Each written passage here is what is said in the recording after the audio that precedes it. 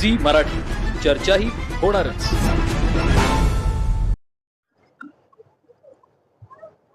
कोरोची ग्रामपंचायत कोरोची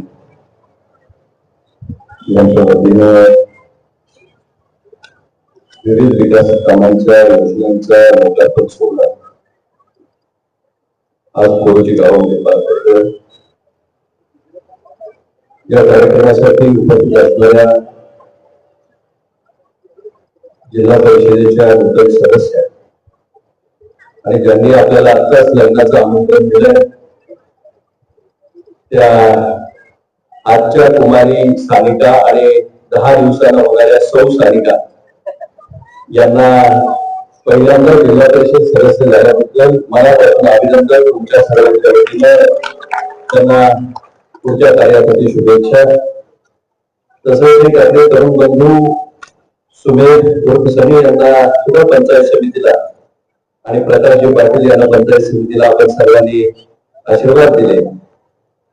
त्यांचंही अभिनंदन. श्री कुमारजी कांबळे जिल्हा परिषद सदस्य त्यांचंही अभिनंदन.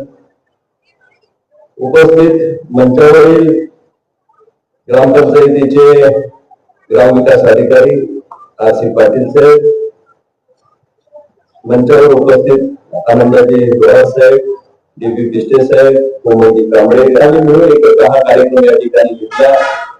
कुमार विद्या मंदिर, कन्या विद्या मंदिर, लोकमान्य विद्या मंदिर या तिन्हीच्या वतीने हा लोकार्पण कार्यक्रम या ठिकाणी घेण्यात येतो.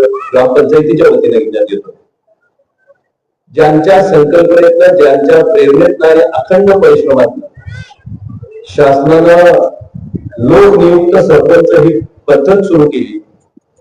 पण लोकनियुक्त सरपंच हा लोकसेवक असतो आणि लोकमान्य होऊन काम करू शकतो.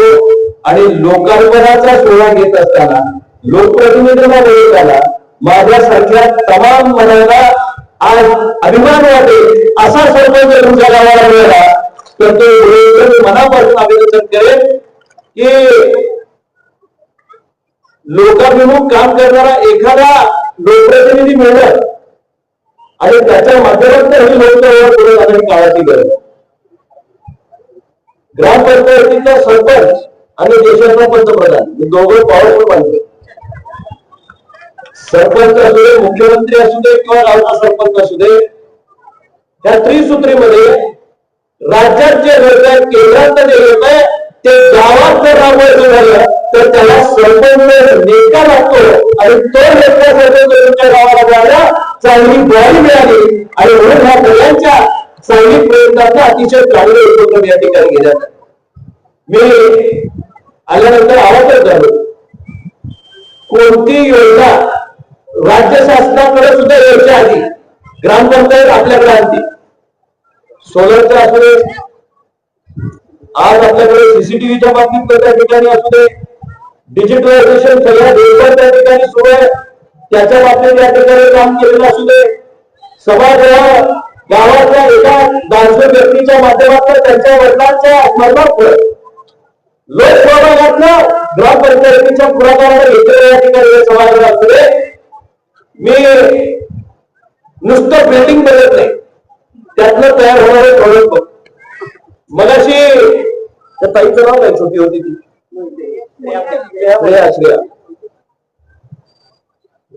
श्रेयाचे बरोबर मी ऐकलं होतं. ती इतकी कॉन्फिडेंटली बोलत होती.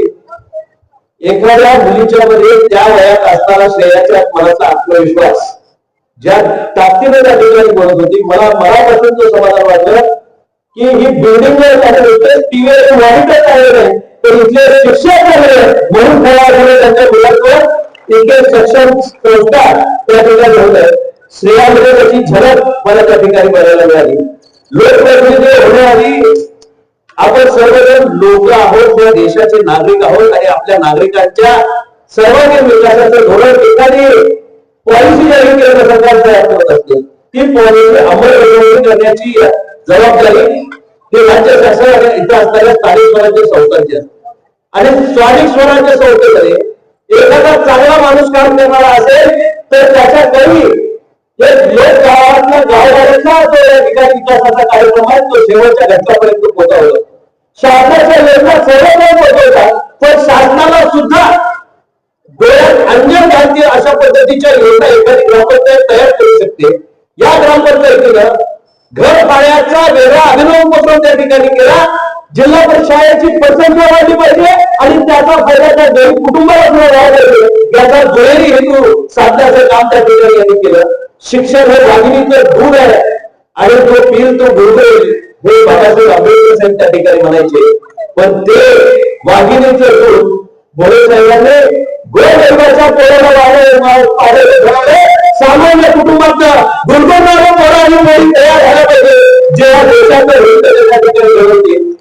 मला असं माझ्या एका तरुण मित्रांना अतिशय चांगला सल्ला दिला आणि मी त्या सल्ल्याची खूप पूर्वीच्या काळामध्ये जे कोणी लोकप्रतिनिधी झाले ते सगळे जिल्हा परिषद शाळा आणि पंचायत समिती मंडळ गावगाड्याशी जोडलेली या ठिकाणी लोक आहेत. ठिकाणी आज आम्ही जे लोकप्रतिनिधी झालो त्यांची मुलं परदेशामध्ये शिकतात. त्यांची मुलं चांगल्या चांगल्या मल्टीनॅशनल स्कूलमध्ये शिकतात. प्रगती झाली. ज्या शाळेत आपण शिकलो त्या शाळेवर आपला विश्वास आहे की नाही याचा विचार करायचा आमच्याबद्दल सुरुवात करावी लागेल. कारण जर समजा मी पंचायत समिती आणि जिल्हा परिषदेच्या शाळेमध्ये शिकलो असेल आणि माझ्या जीवावर मी इंटरनॅशनल स्कूलमध्ये एखाद्या मुलाला शिकवू शकत असेल तर त्याचं मूळ माझी जिल्हा परिषदेची शाळा आहे हे विसरता कामा नये. त्या शाळेला दिलेल्या अमूल्य फेऱ्यावर ते विश्व निर्माण करू शकतोय. पण मी ज्यावेळी मोठा होतो मी ज्यावेळी एखाद्या पदावर जातो त्यावेळी माझी शाळा मला बारकी हलकी वाटायला लागते. त्यावेळी ती गरिबाची शाळा माझ्या वडिलांची परिस्थिती नव्हती म्हणून मी जिल्हा परिषद शाळेत शिकलो. माझ्या आईची परिस्थिती नव्हती म्हणून जिल्हा परिषद शाळेत शिकलो होतो. परिस्थिती नाही म्हणून जिल्हा परिषद शाळेत शिकणारी मुलं या ठिकाणी एका शाळेमध्ये होती. आज जी या शाळेमध्ये शिकताय या शाळेची गुणवत्ता आहे म्हणून या शाळेमध्ये शिकणारी पिढी आज या ठिकाणी गावामध्ये तयार होते.